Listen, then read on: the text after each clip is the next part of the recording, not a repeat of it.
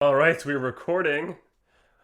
Back at it again with another video. Okay. As protests continue across the country, two plans for police reform have been proposed by Congress, one by Democrats and the other by the Republicans. The first to the punch on June 8th were the Democrats with the Justice in Policing Act of 2020. Then, on June 17th, the Republicans countered with the Just and Unifying Solutions to Invigorate Communities Everywhere, or Justice Act. So, what's the difference? Well, the Republican plan takes about half the things in the Democratic plan and just completely gets rid of them. And then they take the other half and severely water them down. And then on top of that, they add a bunch of federal spending in the form of grants to increase data collection and police training.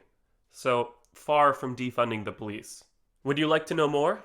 Well, let's start with the ways that Democrats and Republicans approach similar problems, starting with no-knock warrants. Quick notes, whenever I use the term disincentivize throughout this video, what I mean is that the federal government is saying to states and local law enforcement, if you don't do this thing, then we won't give you federal funding. This withholding of federal funding is a strategy that both the Democrats and the Republicans will use to varying degrees throughout their plans. The Democratic plan would ban no-knock warrants in drug cases at the federal level and then require state and local law enforcement to have similar bans in place, or else they will be ineligible for federal funding. The Republican plan would not ban or put any restrictions on no-knock warrants. All they require is data collection on no-knock warrants, so the Attorney General can publish a report on their effectiveness, and that's it. On the topic of chokeholds, Democrats want to disincentivize chokeholds at the state and local level and then ban them federally.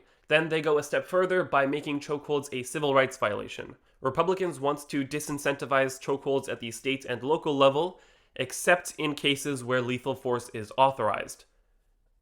And that's it. Alright, let's talk about body cameras, because there is a big difference between these two plans. The Democratic plan would have every department using existing federal funds to equip themselves with body cameras. The Republican plan, meanwhile, would create a new grant which would be $100 million per year of federal funding for 5 years, where departments can apply for this grant if they want to get body cameras. They don't have to. Next, data collection for officer misconduct. The Democratic plan has a cool idea I think I would be in favor of, which is a database that is searchable by anyone in the public, where you can search an officer's name and it will bring up any complaint or allegation of misconduct against them. If that complaint is pending review, it'll be labeled as such. If it's been proven false, it'll be labeled as such. If it involved racial bias or use of force, it'll be labeled as such. This would be a massive step in transparency. So, what's the Republican version of this plan? Well, the Republican version of this plan isn't for public eyes.